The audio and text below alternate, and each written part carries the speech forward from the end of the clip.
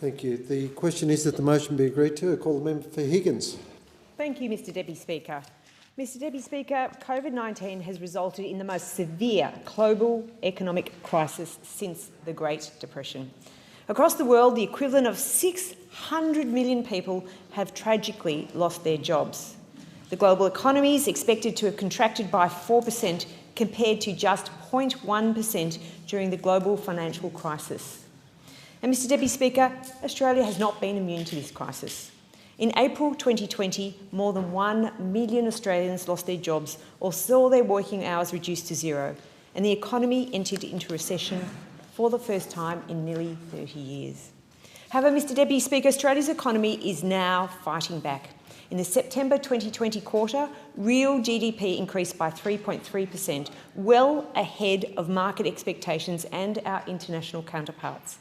From May to December last year, over 784,000 jobs were created.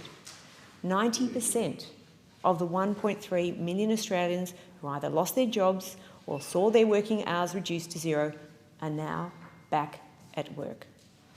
That said, Mr Deputy Speaker, while Australia's recession may be over, it is important to note that our economic recovery is not. Mr Deputy Speaker, one key source of support thus far throughout these challenging times has been the JobKeeper program. It's on the lips of every working Australian.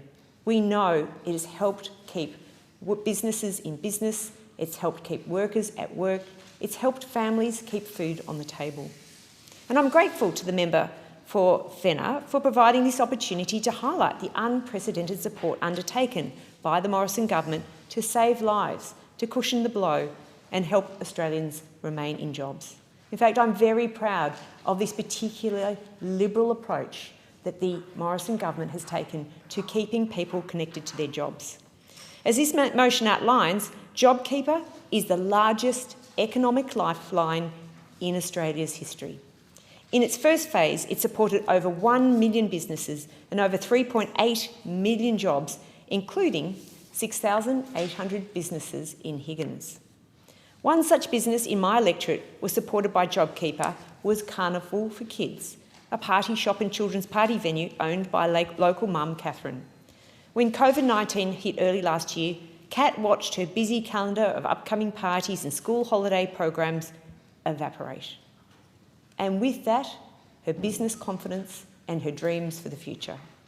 She feared having to say goodbye to long-term dedicated staff, and her dreams and plans to expand her business felt out of reach.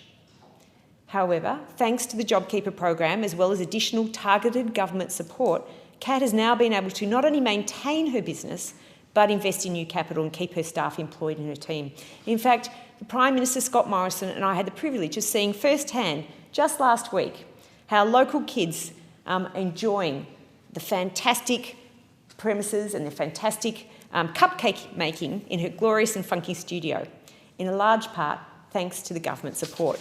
And a big shout out to Kat for hosting us. It was great fun being with the kids. And unfortunately, it was the day before lockdown in Melbourne, and it was a lovely day, but unfortunately we've had to backtrack now that we're in lockdown. And a shout out to Kat and all the community for the work they are doing in really supporting their businesses.